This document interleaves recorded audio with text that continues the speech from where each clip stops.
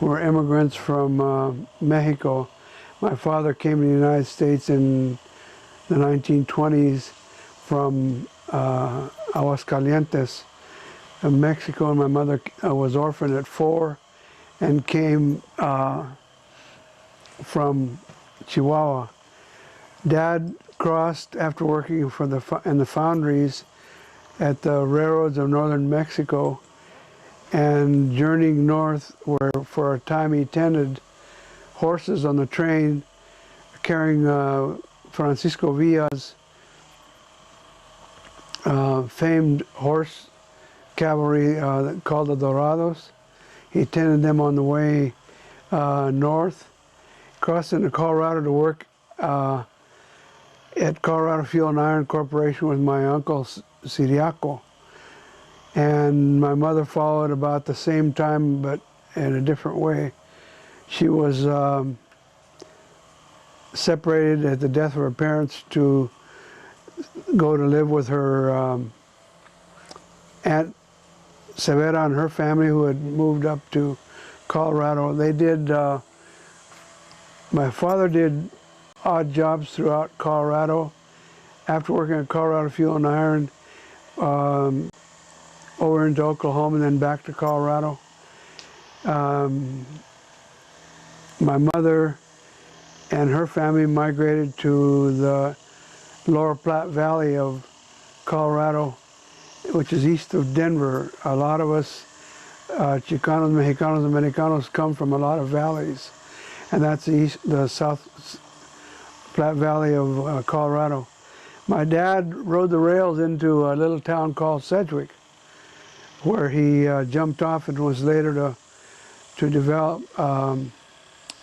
put down roots and raise a family which now numbers over 65 in the family. He met my mother there, and they were married for 50 years and 8 days.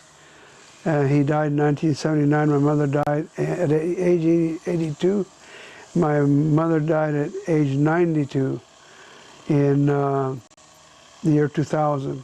My father went to the 8th grade in Mexico. My mother in 4th grade. They always kind of sorrowed at the fact they never had a chance for education.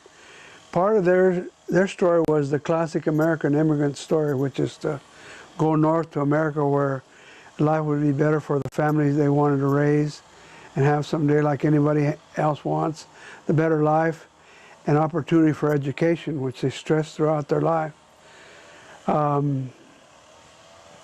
We settled in the small town of Sedgwick, and we were all midwifed, and except for my younger sister, who was born in the local hospital. But we were taught as I said, the basic rules of life, which is do your best and better.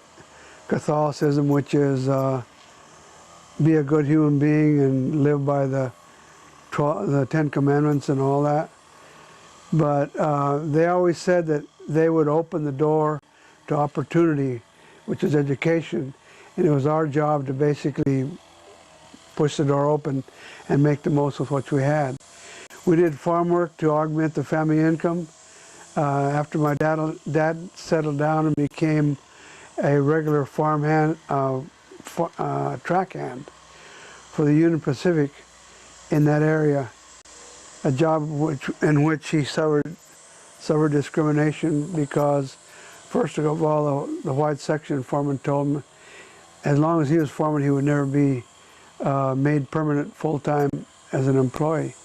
But when the man was on vacation, my dad made it, and he was still discriminated on because the man hated that he had to have him as a worker.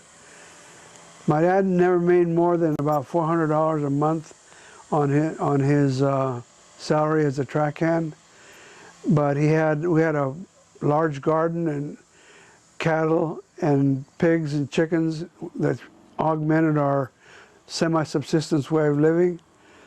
And with that, he also helped the older kids begin to go to college. My oldest sister went to business school, and my younger brother and I went to art school and were commercial artists for several years. My younger brother owned his own agency, eventually in Denver and is well known in that area. All the other 6 of us went back to college, living up to my folks' American dream that even though someday they would never have an education, that their kids would have a college education.